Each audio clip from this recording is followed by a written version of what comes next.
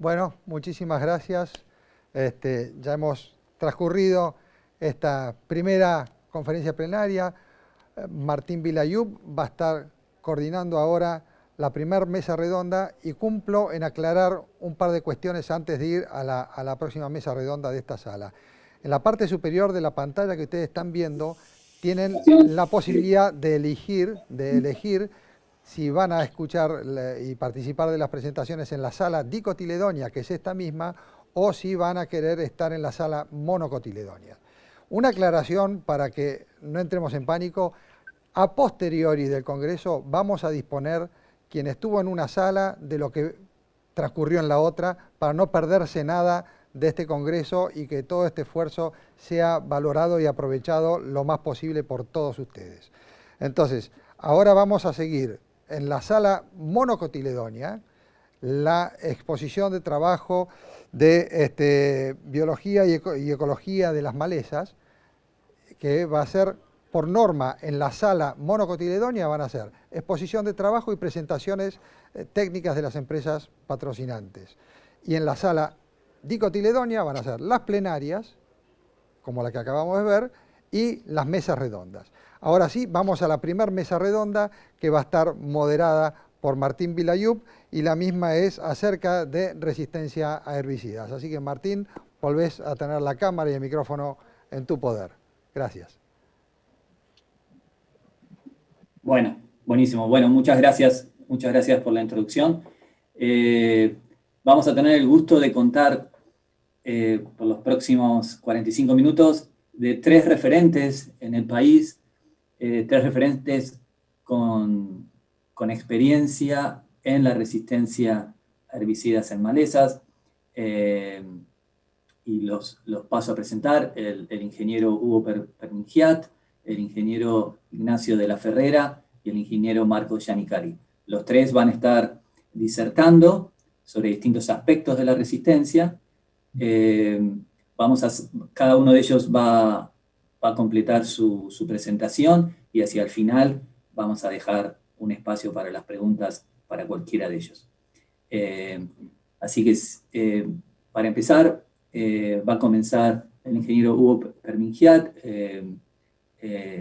Hugo Permingiat es doctor en la Universidad Nacional de Rosario, es profesor adjunto de Química Biológica y director de la plataforma Agrobiotech de la Facultad de Ciencias Agrarias de la Universidad Nacional de Rosario. Por lo tanto, Hugo, cuando estés listo y quieras compartir tu pantalla, ya podés comenzar tu presentación. ¿Todo?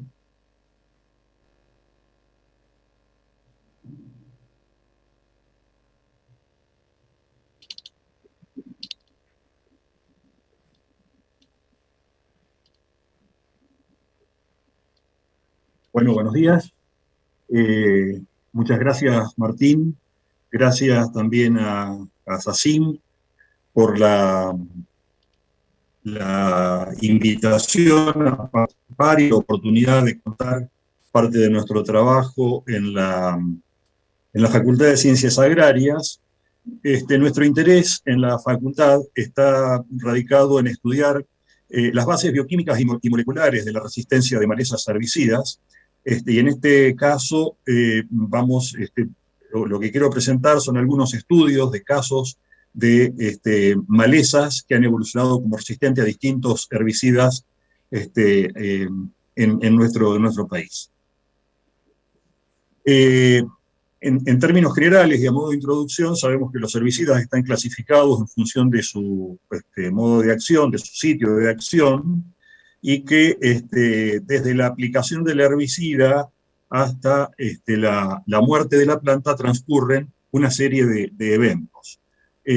Ahora bien, estos eventos pueden ser alterados, disminuyendo la eficacia en la acción del herbicida, por distintos factores que están aquí ilustrados y nombrados con textos de distintos colores. Estos textos obedecen a los mecanismos de resistencia que se clasifican en 2 grupos. Los que están indicados en azul, que son los mecanismos asociados al sitio de acción, conocidos como targets are resistant, y los que están ilustrados en rojo son los mecanismos de resistencia ajenos al sitio de acción, también conocidos como non-targets are resistant. Bien, en una metodología de los que tenemos construida en nuestra plataforma para el estudio de la resistencia de malezas herbicidas, nos valemos de distintos aspectos o distintas técnicas. La más obvia y es la construcción de curvas de dosis-respuesta, donde uno puede evaluar los niveles de resistencia, los índices de resistencia que tienen las malezas frente a dosis variables y crecientes del herbicida, y lo que puede medir es el porcentaje de la biomasa, de la supervivencia, en función o en comparación con lo que sería un biotipo susceptible. Una segunda técnica que aplicamos es una extracción ya en condiciones de laboratorio, una extracción de proteínas, la construcción de extractos crudos, donde con ese extracto crudo de la proteína podemos otra vez construir curvas de dosis-respuesta, pero ya enfocando en condiciones in vitro, midiendo la actividad de la enzima, que es blanco del herbicida. Y los resultados de estos estudios ya nos estarían indicando si el mecanismo de acción, nos estarían dando una tendencia, si el mecanismo de acción que está involucrado es un mecanismo de los que habíamos clasificado como target o como no target. Una tercera metodología tiene que ver con la extracción de ácidos nucleicos a partir de los tejidos de las malezas, pueden ser RNA o DNA. Esto conduce después a una amplificación que nos va a llevar a la secuenciación del gen codificante de la proteína blanco de la maleza. E inclusive ahí podemos evaluar y analizar si ya hay presencia de mutaciones o no, y también podemos, si la PCR que se utiliza, la técnica que se utiliza es a partir de ADN, se pueden cuantificar los genes que codifican a esa enzima, el número de copias de genes que están involucrados en la codificación de esa proteína blanco, o si lo que se parte es de la extracción de ARN, se puede cuantificar el nivel de la expresión de esos genes. Y en cuarto lugar, si esos genes que en la etapa anterior pudimos aislar y purificar, los clonamos en un sistema heterólogo, como pueden ser unas bacterias, podemos conducir la purificación de la proteína y con esa proteína hacer estudios bioquímicos que tengan que ver con los parámetros cinéticos de esa enzima para ver cuánto está involucrado, cómo se afectan estos parámetros cinéticos en la maleza resistente. Y de esa manera estamos dilucidando, estudiando a qué se deben las bases de la resistencia de esas malezas herbicidas. En este trabajo, los casos que me interesaría compartir responden a 3 especies, 2 de Amaranthus, donde distintas poblaciones recolectadas, sobre todo en la zona central del país, van evidenciando resistencia a inhibidores ALS y a glifosato, y en el caso de sorgo de Alepo, resistencia a inhibidores ACE, ASA y glifosato. Un primer caso que es interesante de mostrar tiene que ver con que a partir del 2001, como decía recién el doctor Becky, los inhibidores ALS han comenzado a mostrar resistencia en malezas que muestran resistencia a este tipo de herbicidas, y a partir de una colección de semillas de poblaciones resistentes colectadas en el sur de Córdoba y sur de Santa Fe, que estaban almacenadas en la Cátedra de Malezas de la Facultad de Ciencias Agrarias de Rosario, hemos logrado germinarlas y tratarlas con 2 herbicidas, 2 principios activos correspondientes a 2 familias de las inhibidores ALS, como son imidazolinonas y sulfonilureas en este caso, y las plantas resultantes que fueron resistentes, les hemos hecho un análisis molecular para tratar de conocer cuál era el mecanismo de resistencia. Y de esta manera nos hemos encontrado con que las distintas poblaciones tenían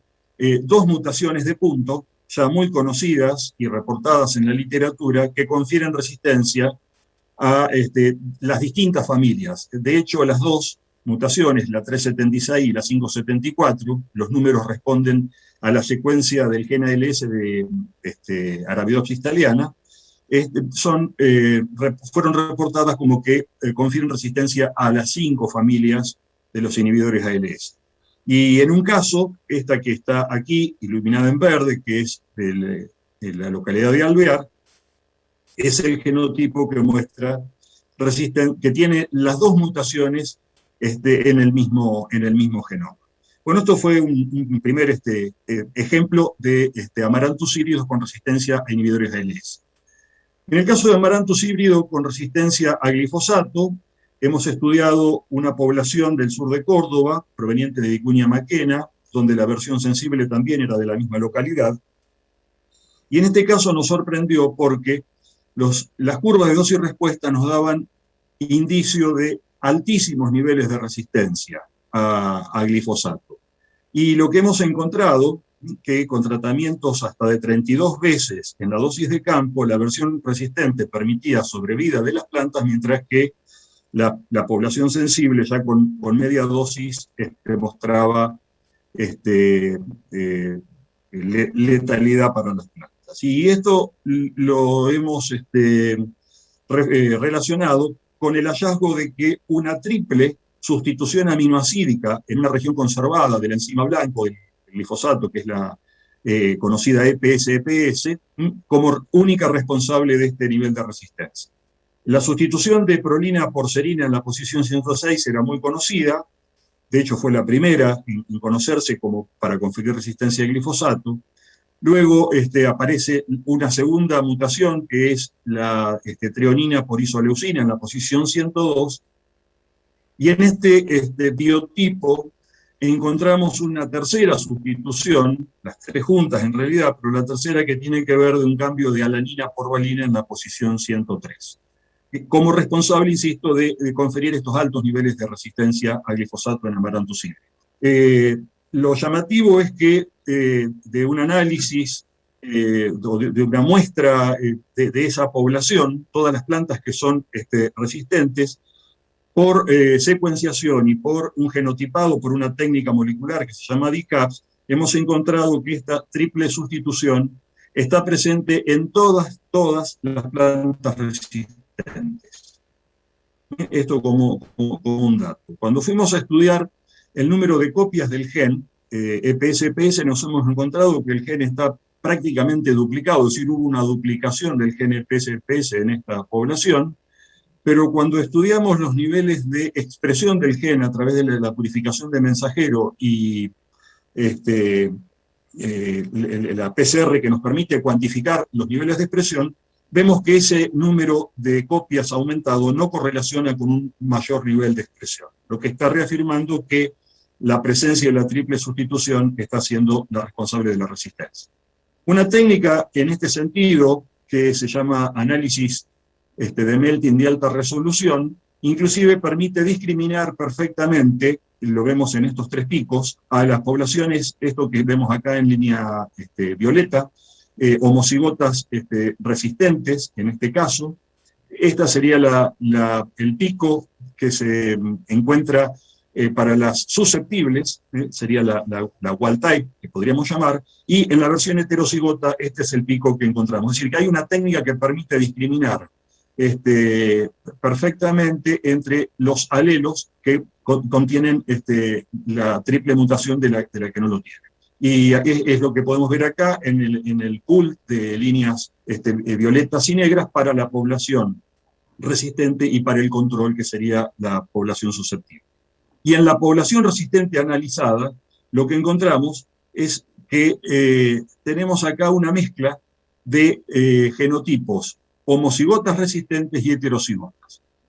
Esto está referenciándose, esto por este tipo de análisis que estoy comentando, pero también por análisis moleculares, nos hemos encontrado con que toda la población está constituida en la progenia, esto a partir del estudio de semillas descendientes de la población original. El 48% de los individuos son homocigotas resistentes y el 52% son heterocigotas. Cuando se evalúa la acumulación de ácido yiquímico en estas plantas, para las plantas sensibles y para las resistentes, llegamos a la conclusión de que no hay una acumulación de ácido yiquímico que nos esté indicando que la actividad de la enzima permanece intacta. Y cuando se hace un modelado estructural in silico de la enzima, se observa que la tercera mutación, sobre todo, reduce el espacio para que ingrese el glifosato en la enzima, en su sitio activo, y quizás eso sea lo que está explicando la alta resistencia de este material al glifosato. Por otro lado, esa estrechez del surco en ese sitio activo sí permite que entre el sustrato normal, que es el fosfonol piruvato.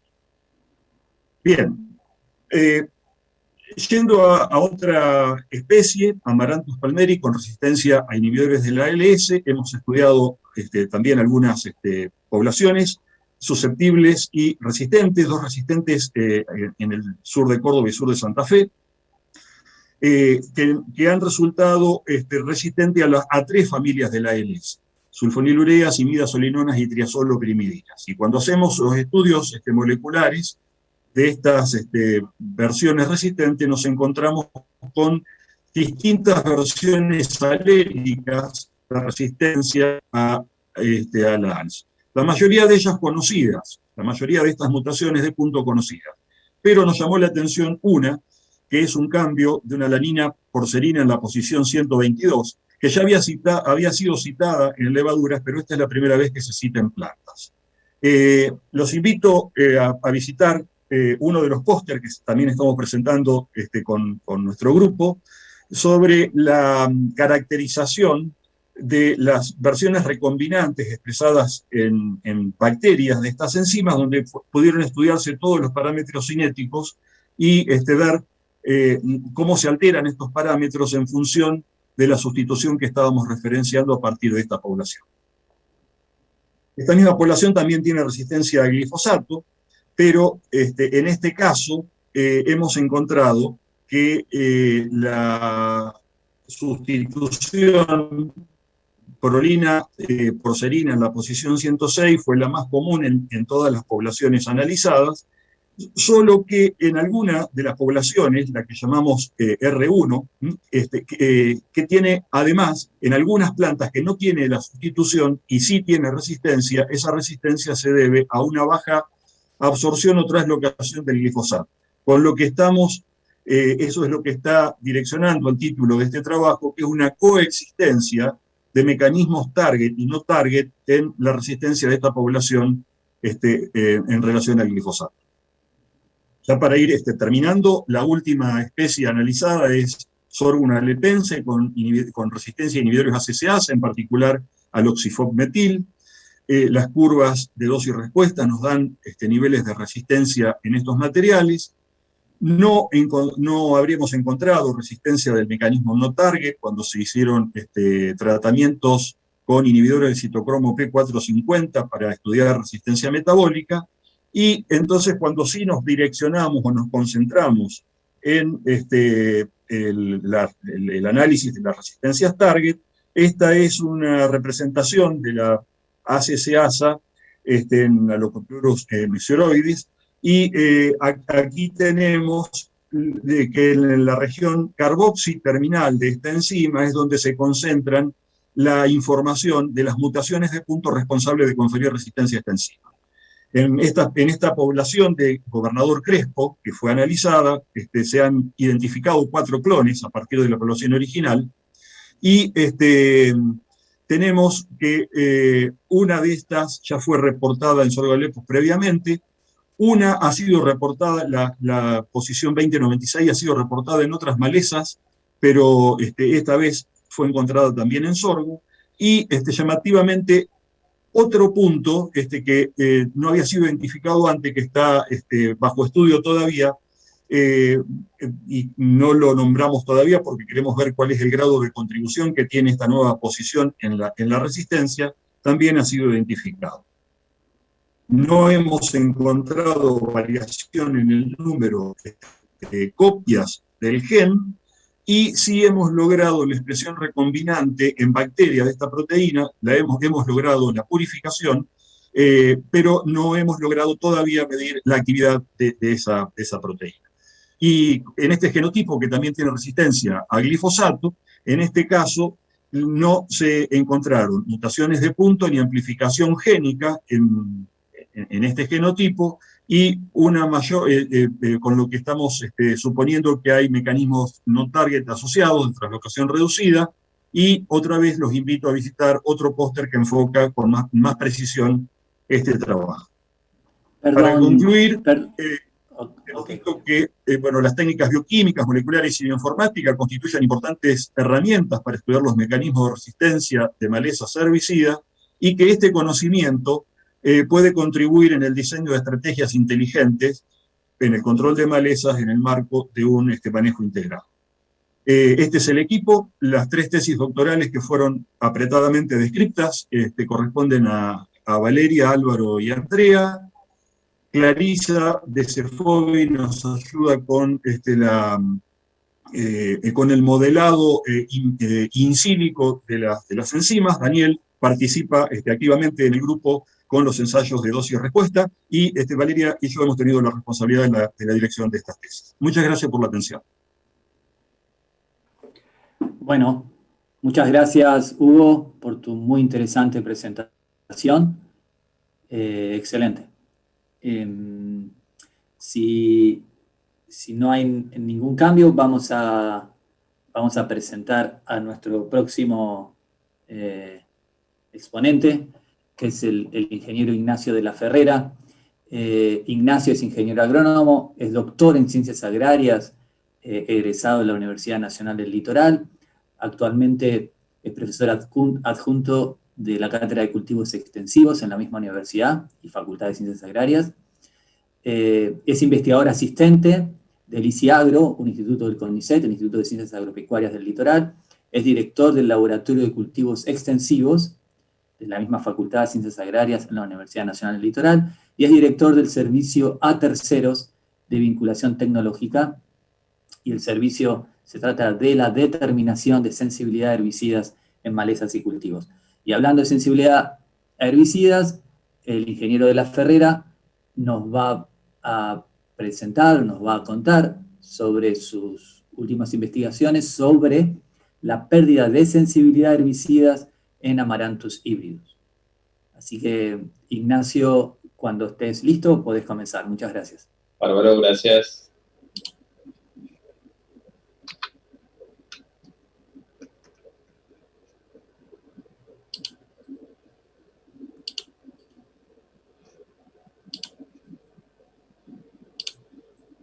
Bien. Bueno, muchas gracias por la presentación.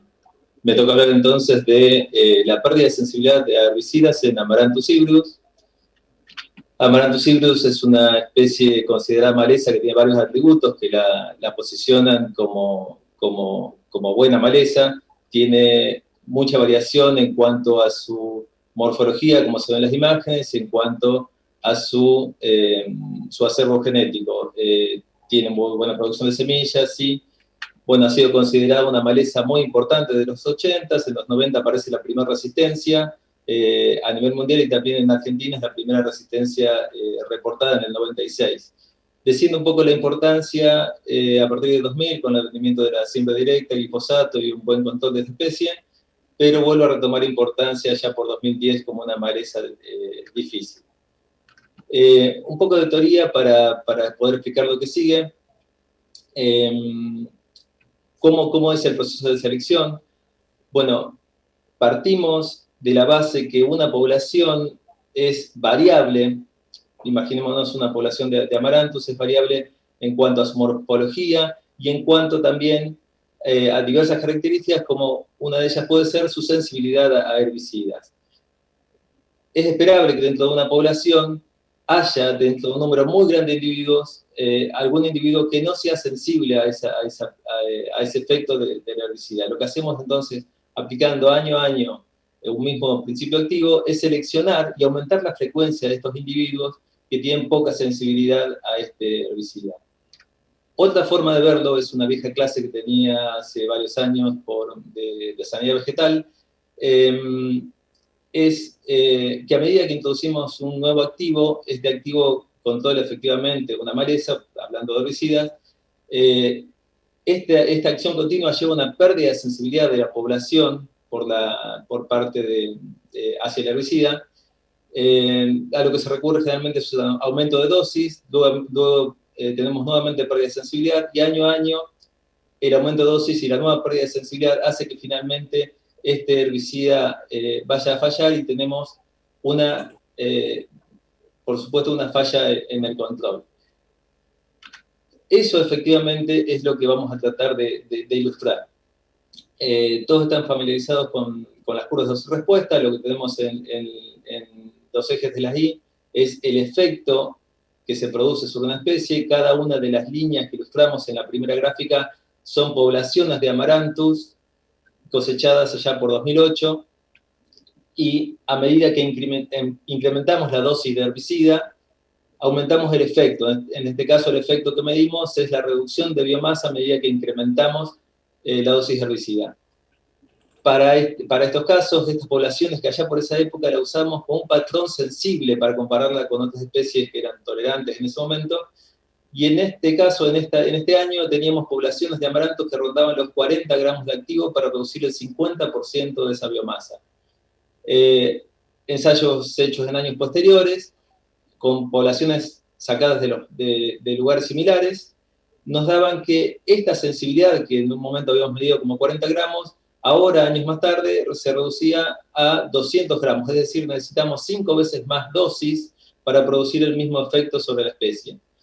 ¿Qué nos dice esto? Fíjense que estos 200 gramos todavía están muy por debajo de la dosis recomendada en esa época, pero sin embargo, aunque no lo hayamos visto a campo, ya a nivel laboratorio podíamos evidenciar una pérdida de sensibilidad de las poblaciones a este herbicida. En 2013 viene la denuncia con un factor bastante alto de resistencia. Es una de las especies de la que comentaba Hugo en la presentación anterior, una de las poblaciones, perdón. Y actualmente podemos equiparar la situación a lo que también vimos allá por 2016, cuando evaluamos varias poblaciones, y actualmente en los campos lo que estamos teniendo son poblaciones, algunas sensibles, otras con resistencia moderada, alrededor de 6.000 gramos de activo para reducir el 50% de la biomasa, y otras con resistencia mucho más fuerte, factores de resistencia mucho más altos, con hasta 33 kilos de activo para reducir el 50% de la biomasa. Simplemente a modo ilustrativo vemos imágenes de poblaciones atrás que todavía se mantienen vivas con 33 kilos, mientras que otras poblaciones con los 200 gramos ya estamos controlando el 50% de la población. Actualmente en Argentina tenemos 20 reportes, siendo los últimos Cardos acantoides, Echinoclea cruzgali y Saxoba tarbus, que es esta última cardo ruso. Y bueno, son los reportes en la actualidad, que son varios. Simplemente para comentarlos, las resistencias ALS son 7 citas, que incluyen 5 especies, de las cuales ya se habló en la presentación anterior, así que simplemente las nombro. Y lo que nos interesa sobre todo ahora es la pérdida de sensibilidad de herbicidas hormonales. Allá por 2015, unos años antes, ya había ciertos reportes de pérdida de eficacia de algunos herbicidas a nivel campo. Las evaluaciones hechas en 2015 daban cuenta de que había dosis entre 200 y 460 gramos de activo para reducir el 50% de la biomasa. Esto es de 300 a 680 mililitros. Si hace varios años se estaba recomendando una de las dosis más bajas, era 480 mililitros, acá ya estamos por encima. Sin embargo, otros evaluando más poblaciones, allá por 2016, se encuentran poblaciones que que necesitan hasta 1.100 gramos, estos son 1.500 mililitros de activo, formado del 70% para producir la reducción del 50% de la biomasa. Bueno, por supuesto, en 2018 viene la denuncia de la resistencia. Recordemos además que la resistencia no solo basta con que la planta sobreviva, sino que la planta debe sobrevivir, producir descendencia y legar esta característica de resistencia a su descendencia. Este es un ejemplo de planta sin tratar, testigo de planta tratada, resistente, que a pesar de haber recibido 500 gramos de activo, continuó su crecimiento y descendencia y, por supuesto, perpetúa esta característica de resistencia. Bien, se determinaron resistencias con factores de 5 a 8. El factor indica la cantidad extra de herbicida para producir el mismo efecto en la población resistente que el testigo sensible. Factores de 5 a 8 en dicamba y factores de 2 a 5 en 2,4-D. Bien, lo primero que se pensó para dilucidar un poco el mecanismo de esta resistencia 2,4-D es evaluar si intervenía el metabolismo como mecanismo de resistencia. Para eso se trató de inhibir P450, que es la enzima responsable de degradar o pasar 2,4-D a productos no activos, no letales para la planta. Lo que se hizo entonces fue inhibir ese metabolismo, en este caso con butóxido de piperonilo, tanto para dicambo como para glifosato, y efectivamente lo que se logró al inhibir el metabolismo es que a la dosis probada recuperaba la sensibilidad del activo, es decir, volvíamos a poder controlar la planta si inhibíamos el metabolismo. Esto se determinó, pero lo que se trató de hacer después, en esta población y en algunas más, es tratar de cuantificar ese efecto. En amarantos híbridos, cuantificando cuánto incidía el inhibir el metabolismo en recuperar la sensibilidad, se vio que el metabolismo incidía en parte, pero no era el único o no se recuperaba la sensibilidad para equipararla a un biotipo sensible. Es decir, había un metabolismo aumentado, pero evidentemente había algún mecanismo más que estaba involucrado como mecanismo de resistencia. Para otra especie, también en Argentina, se vio que en este caso el metabolismo no estaba o no incidía como mecanismo de resistencia para este caso. Lo mismo se hizo tratando de cuantificar cuánto de metabolitos se producía y se determinó que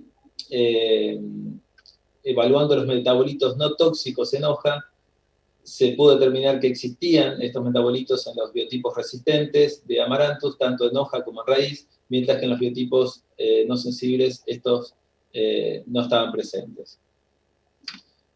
Como evaluaciones complementarias se determinó también que como mecanismo extra como mecanismo extra de resistencia, el mecanismo también involucrado en resistencia, la translocación reducida también era parte del mecanismo que se aplicaba a esta población de Amaranthus híbrido. Y también para otra especie argentina, Isfeldiancana, también la reducción de la translocación estaba influyendo, y en este caso como el único mecanismo detectado hasta ahora para esta resistencia. Bien, a la actualidad hay 5 citas, de las cuales son 4 especies las que presentan resistencia a 2,4-D. Es importante el caso del 2,4-D porque hasta el 2009 había 0,8 casos de resistencia por año, y a partir de 2010 empezó a haber 1,4 casos por año de citas de resistencia. Recordemos que esta especie que la controlamos bien con glifosato, a partir de la reducción de la sensibilidad y la aparición de resistencias, se comenzaron a usar herbicidas hormonales, hubo un nuevo aumento en la pérdida, o sea, una nueva pérdida de sensibilidad, por lo tanto dejaron de ser tan efectivos los herbicidas hormonales, y a lo que se está recurriendo ahora es a herbicidas inhibidores de protoporfirona oxidasa, y volvimos a hacer el mismo ejemplo con ensayos y semillas que teníamos de los años 2009. En este caso se probó con Fomesafen. Veíamos que para las poblaciones de 2009, con entre 150 y 200 mililitros de Fomesafen, estábamos controlando ya el 50% de la biomasa.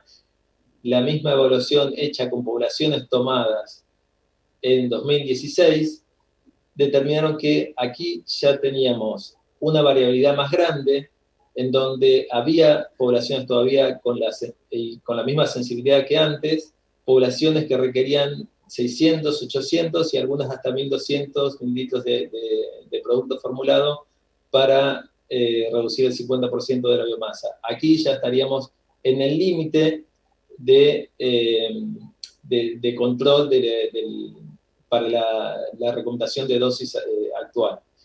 Nuevamente en 2020 se volvieron a hacer los mismos ensayos y estamos ante casos que superan la dosis recomendada de uso. Los invito a ver también, además de varios pósteres que tenemos sobre forma de crecimiento, una disertación que va a estar mañana, que habla en particular de esta pérdida de sensibilidad de inhibidores de PPO. Bien.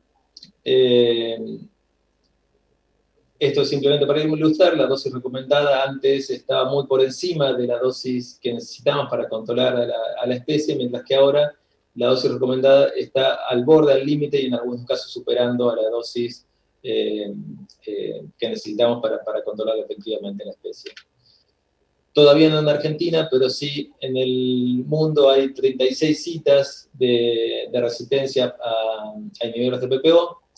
Entre estas se incluyen varias especies de Amaranthus, incluida Amaranthus hybridus, y se incluyen en países cercanos como Brasil, Bolivia, también en Canadá, Estados Unidos y demás.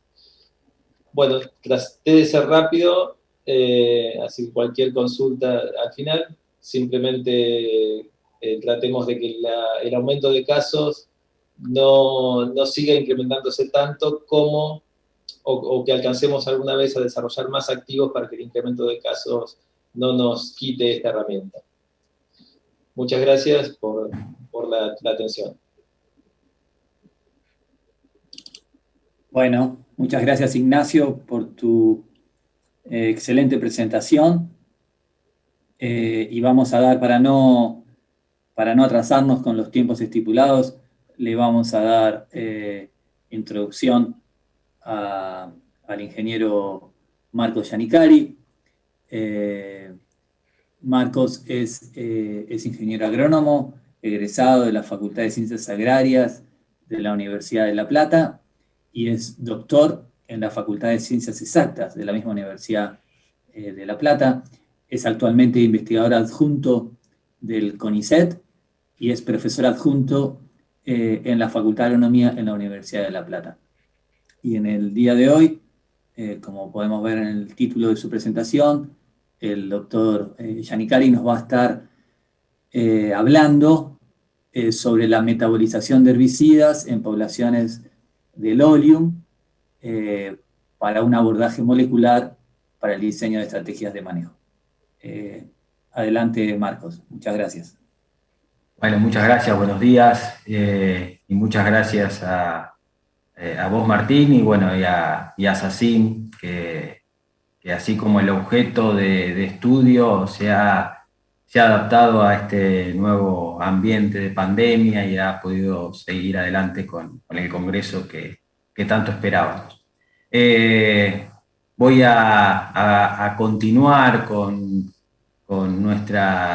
la presentación de resultados, pero con algunos resultados que van encadenados un poco a lo que hemos ido presentando en otras oportunidades, haciendo foco principalmente en ryegrass, como siempre, pero en resistencia a herbicidas que utilizamos frecuentemente en postemergencia de trigo y cebada, con la idea de analizar cuáles son los mecanismos que están implicados. Y para darle contexto a esta presentación, el problema de la evolución de la resistencia a herbicidas en poblaciones del Oleum del sur de la provincia de Buenos Aires Se inició, decimos que cobró relevancia productiva, con los primeros casos de resistencia al glifosato, estudiados desde las experimentales de Bordenave, Barrow y Balcarce, allá por los años 2006, 2008.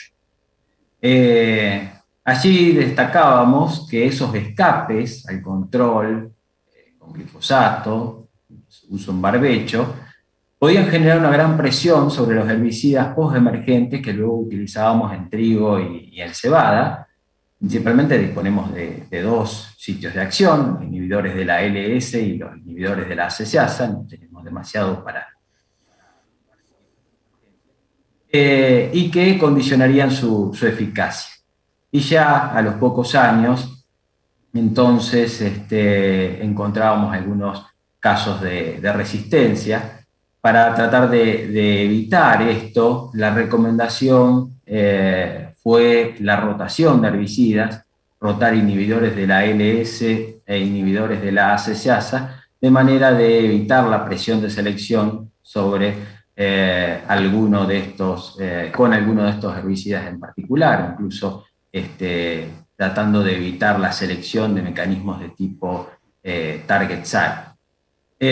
Lo cierto es que a los pocos años algunas poblaciones comenzaron a mostrar fallas en el control, no solo a un herbicida, sino a herbicidas de distintos grupos, tanto inhibidores de la ACCasa como inhibidores de la ALS. En el último congreso estuvimos mostrando estos resultados, los que desde entonces fuimos actualizando, agregando algunas poblaciones más, que íbamos incorporando a partir de los estudios. Esto es distintas poblaciones del Oleum, colectadas en el sur de la provincia de Buenos Aires, donde evaluamos la supervivencia a dosis recomendadas de un inhibidor de la ACCasa como pinoxaden y de un inhibidor de la ALS como iodosulfurón, mesosulfurón. Y veíamos que en cierta medida se encontraban asociadas los porcentajes de resistencia, en realidad los porcentajes de supervivencia que encontrábamos en estas poblaciones, y que podíamos clasificarla de manera grosera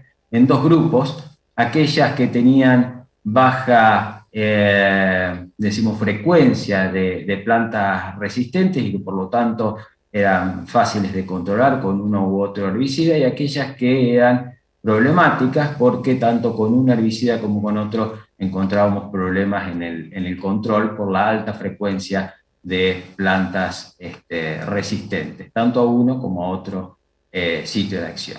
Evaluando los mecanismos implicados allí, veíamos que los mecanismos target site eran los menos frecuentes, son estos puntos azul y verde, en los cuales encontramos mecanismos target site para la resistencia a pinoxaden. No encontramos mecanismos target site para la resistencia a iodosulfurón. Lo que sí encontramos que en la mayoría de los casos había mecanismos de resistencia de tipo no target site, es decir, la metabolización por vía de citocromo P450. Y en algunas poblaciones no encontramos cuáles eran los mecanismos, descartamos los dos y no encontramos cuáles eran los mecanismos implicados en esta baja supervivencia. Entonces, en función de esto es que comenzamos a estudiar en más detalle los citocromo P450 como mecanismo de resistencia, y para poder pintar esos puntos de rojo hicimos lo que se hacía desde hace muchos años, y como ha mostrado hace un rato Ignacio, utilizamos inhibidores de citocromo P450. En este caso, sabemos que la resistencia mediada por citocromo P450 data desde el año 1994, con el primer reporte de resistencia mediada por esta vía. Y desde allí han aparecido nuevos casos de resistencia en los cuales está implicado citocromo P450 monoxigenasa. Sin embargo, sus bases moleculares y los genes implicados no se han dilucidado hasta la publicación de algunos trabajos recientes, que por ahí los mencionaré en un momento. Lo interesante de esto es que hemos podido avanzar en la detección de citocromo P450 como mecanismo de resistencia con el uso de inhibidores específicos. Ignacio habló de butóxido de piperonilo, también hemos probado aminobenzotriazol y malatión como inhibidores de citocromo P450. Y lo que encontramos, estas son algunas de las poblaciones, simplemente como ejemplo, lo que encontramos es que hay poblaciones que responden a los 3 inhibidores y algunas poblaciones que responden a algunos inhibidores. Incluso no se puede encontrar un patrón definido. Lo que vemos aquí es el porcentaje de crecimiento plumular con una dosis discriminante de iodo sulfurón o pinoxadén sin inhibidor, y cuando le agregamos el inhibidor, cuando vemos alguna disminución significativa en el crecimiento. Entonces, ahí hemos detectado varias, pero no encontramos un patrón definido. Solo en algunos casos de resistencia, en algunas poblaciones en particular, encontramos que los 3 inhibidores resultaban ser efectivos. Esto nos sugiere que habría diferentes isoenzimas de citocromo P450 que están cumpliendo su rol en los mecanismos de resistencia, es decir, que habría varios genes implicados. Pero, como les decía anteriormente, el análisis molecular de citocromo P450, es decir, los genes implicados, ha sido un punto de difícil abordaje.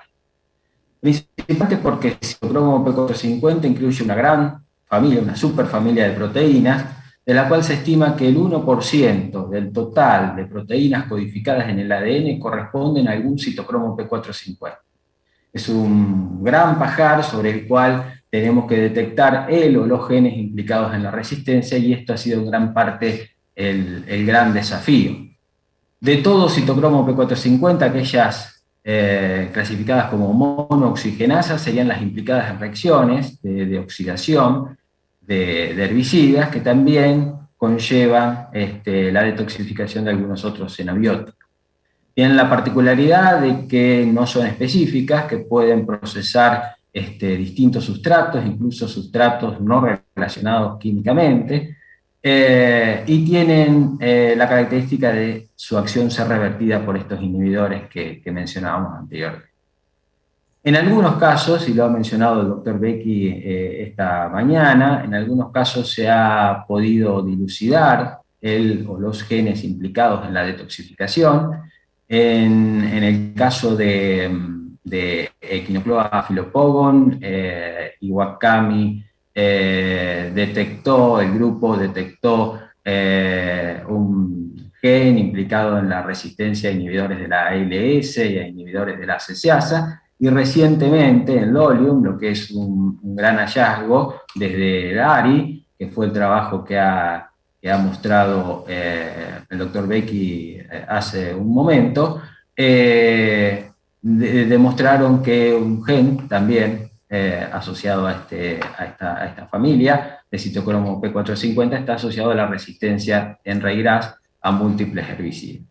En este gran grupo de citocromo P450 nos es difícil hallar cuáles serían los genes implicados en esto, porque como les decía anteriormente, ese 1% de las proteínas codificadas en el ADN puede ser un citocromo P450, y dentro de este gran grupo de citocromo P450 hay muchas regiones que están conservadas, pero muchas otras regiones, que es lo que predomina en la secuencia, es que no están conservadas y que presentan distintas variables.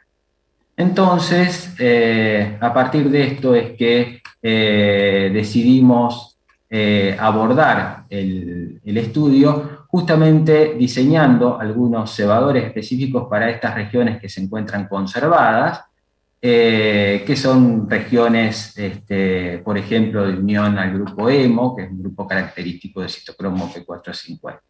Estas regiones que se encuentran conservadas nos llevó a diseñar varios primers, justamente para poder estudiar lo que se encontraba entre estas regiones conservadas como regiones a ver si estaban asociadas a la sensibilidad a herbicidas. Y encontramos patrones muy variables, polimorfismos interesantes con el uso de algunos de estos pares de cebadores.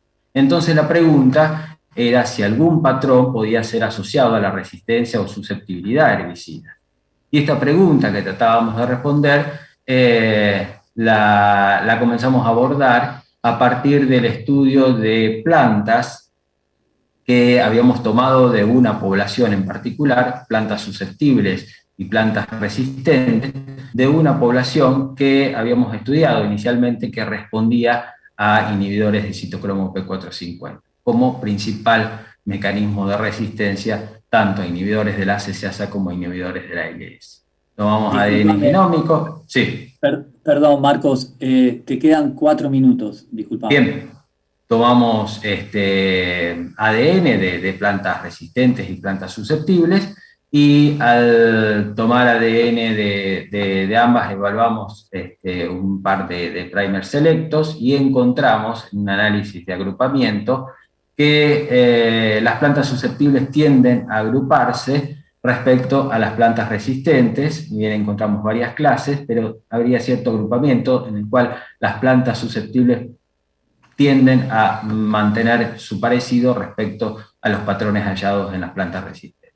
Solo encontramos 2 casos, 2 plantas resistentes que cayeron en el grupo de las susceptibles, pero en el resto de los puntos se encontraban grupos homogéneos. Hicimos lo mismo tomando plantas de distintas poblaciones, y aquí tomando plantas al azar de distintas poblaciones, de esas que te mostraba al inicio, hicimos el mismo análisis, y aquí resultaba menos claro ese contraste. Sin embargo, podíamos definir algunos grupos, en los cuales había grupos en los cuales predominaban las plantas susceptibles y otros grupos donde predominaban las plantas resistentes. Interesantemente, dentro de este grupo de las plantas susceptibles caían algunas poblaciones resistentes, pero estas 2 poblaciones eran 2 poblaciones resistentes que no habían respondido a citocromo P450, no habían respondido a esos inhibidores. Sin embargo, mantenían resistencia, pero estaban dentro de esos puntos blancos que les mostraba al inicio, donde no hemos dilucidado los mecanismos. Y en otros casos, algunas susceptibles que eran asociadas con las resistentes dentro de esto que destacaba. Dentro de una categoría definida en el grupo 6 y en el grupo 7, cayeron aquellas plantas que venían de poblaciones que habían mostrado respuesta a los 3 inhibidores, pensando en que esto nos podría estar indicando un agrupamiento de distintas, por distintas isoenzimas de citocromo P450. Bueno, fuimos un poco más allá y con un análisis de GLM tratamos de ver si alguna de estas bandas en particular podría asociarse a la resistencia o a la susceptibilidad.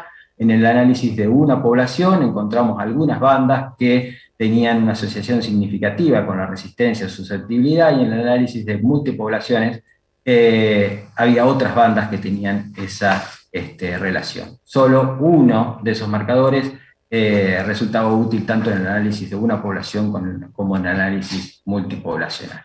Entonces, para ir finalizando, encontramos que ese análisis de agrupamiento nos permitía discriminar el 80% de las plantas resistentes o susceptibles, tanto en una como en varias poblaciones, de que esas variaciones nos indicarían que existen diferentes isoenzimas de citocromo P450 que pueden ser inhibidas con diferentes inhibidores, y que los marcadores, estos que hemos detectado, no sabemos si tienen un rol funcional, es lo que estamos estudiando, o si son heredados conjuntamente con otros. La evolución de la resistencia de múltiples herbicidas estaría asociado a estos patrones de citocromo P450 que como extensión de este trabajo, nos lleva a pensar de que esa rotación propuesta de ir intercalando entre inhibidores de la ALS e inhibidores de la ACCasa para el control de raigras en postemergencia de trigo y cebada, nos ha prevenido quizá de mutaciones target site, pero hemos ido seleccionando un mismo mecanismo de resistencia de tipo generalista, de tipo no target site, que otorgaba resistencia a estos 2 grupos. Importante tener en cuenta cuáles son los antecedentes que hay de casos de resistencia asociados a citocromo P450. Y aquí los he marcado en globo, a nivel global, los he marcado en distintos recuadros, en los cuales varios de estos han sido el trabajo que mostraba el doctor Becky esta mañana.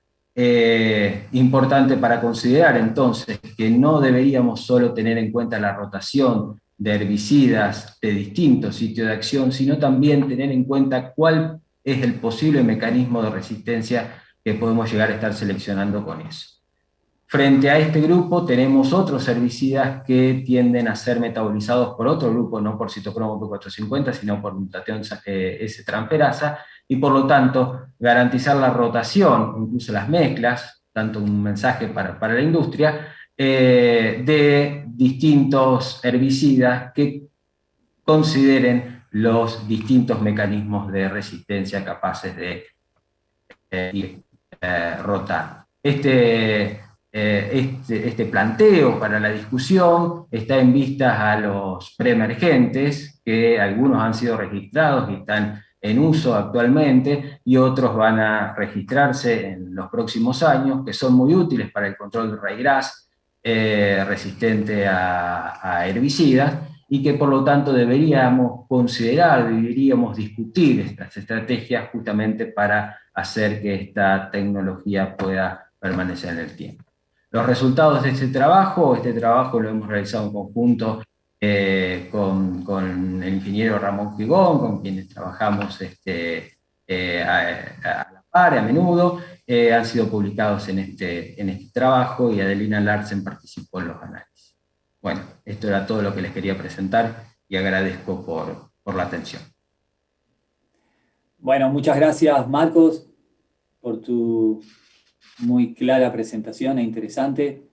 Y si les parece, a los tres expositores, a Hugo, a Ignacio y a Marcos, hay preguntas. Como se imaginarán, el tiempo es tirano, pero va a haber al menos una pregunta para cada uno. Que vamos a empezar por Marcos, que está ya con los motores ahí calentitos. Marcos, de acuerdo a tu experiencia, a lo que has podido observar trabajando con esas numerosas poblaciones de Lolium, ¿te es posible jerarquizar y comparar el nivel de resistencia conferido por un metabolismo por el CYP P450 versus una mutación de punto? Digamos, para un mismo, si es posible, para un mismo activo, claro, para el otro.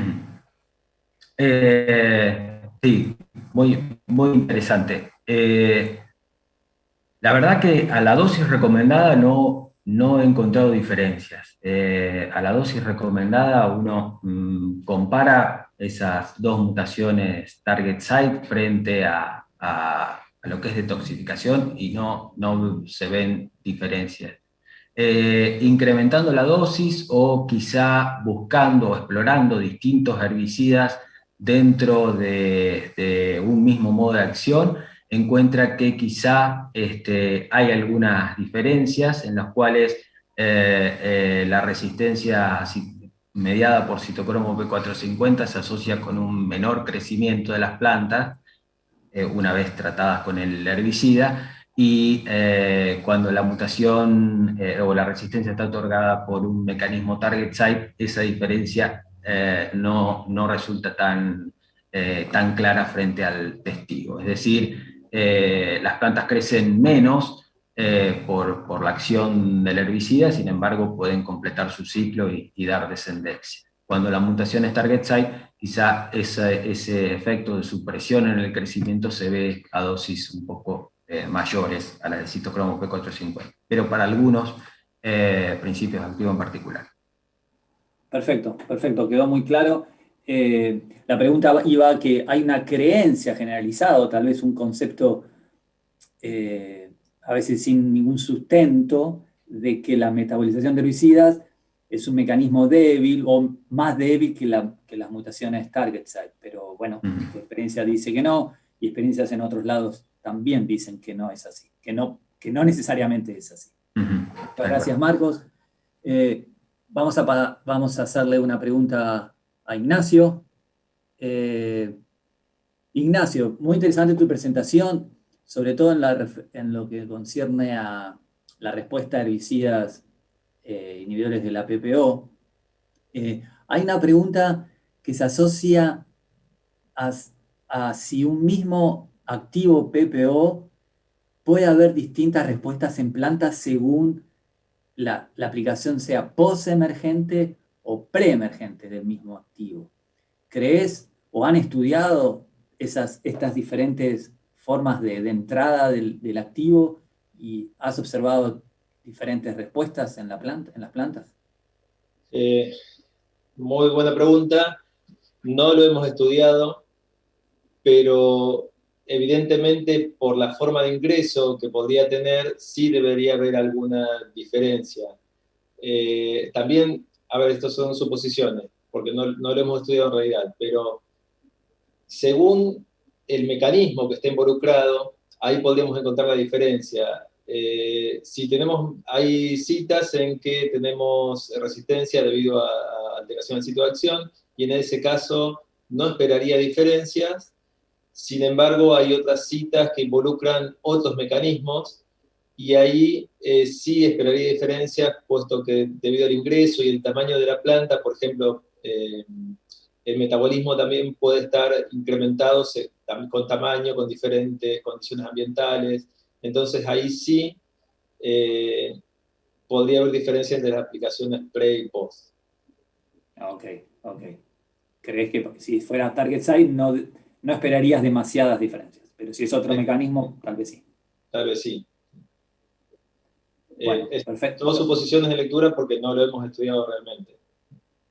Perfecto. Estaría buenísimo poder seguir continuando haciendo preguntas, pero debemos pasar. Y una pregunta para Hugo. Bueno, obviamente ha sido todo, por lo menos para mí y para algunos otros colegas, el impacto de la identificación de la triple mutación en Amaranthus. Hugo, déjame preguntarte si circunstancialmente han podido observar algún efecto negativo sobre el fitness de las plantas asociados a esa triple mutación en el EPS-PS.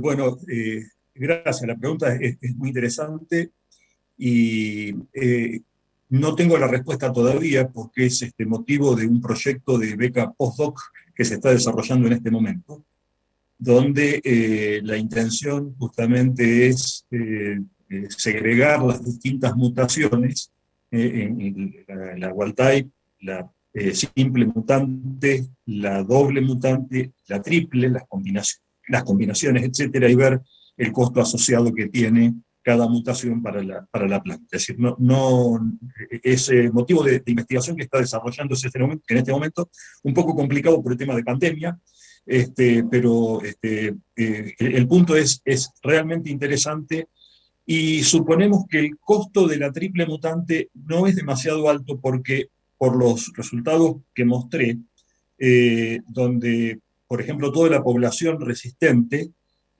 a dosis altas de glifosato, las plantas se recuperan y toleran altos niveles de glifosato, y no se han encontrado versiones intermedias, es decir, de simples y de dobles mutantes en la población.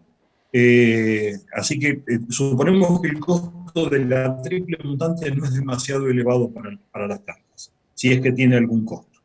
Pero quizá lo podamos responder en el próximo congreso. Puedo aportar, perdón un segundo, en un trabajo de tesina evaluamos una población de Amaranthus que tenía un factor de resistencia similar, no confirmamos que tenía triple mutación, pero tenía un factor de resistencia similar al que estudiaron ustedes, y en ese caso, ese biotipo comparado con otros, demoraba más la floración, aunque al mismo tiempo, sin aplicación, producía hasta más semillas que los otros biotipos. Es un trabajo de tesina que se puede ampliar, pero bueno, fue lo que encontramos en un biotipo con similar factor de resistencia. Bueno, excelente. Bien, podemos indagar si tiene la triple mutación en todo caso. Sí. Claro. Bueno, hay innumerables preguntas para seguir haciendo, pero no sé, me parece que las indicaciones que tengo son que se acabó el tiempo. terminar la mesa. Acabó el tiempo. Exacto. Muchísimas gracias, Martín, y muchísimas gracias también a Hugo, a Ignacio y a Marcos por haber participado de esta mesa redonda tan interesante. Así que, y gracias por su apoyo a la SACIM con esta participación, que han donado su tiempo y su trabajo para poder estar acá acompañándonos. Vamos ahora a una breve tanda y les explico. A las 11 horas puntualmente arranca en la sala Monocotiledonias la presentación técnica a cargo de las distintas empresas que están participando de este Malezas 2021, y después vamos a estar a las 11:45 en esta misma sala con la segunda conferencia plenaria, que va a estar a cargo de Marcelo de la Vega y moderada por Juan Carlos Papa. Así que en esta sala entramos en un recreo hasta las 11:45, y a las 11 puntualmente en Monocotiledonias arranca simultáneamente otra sesión. Muchísimas gracias por estar ahí y nos vemos en cualquier momento. Gracias.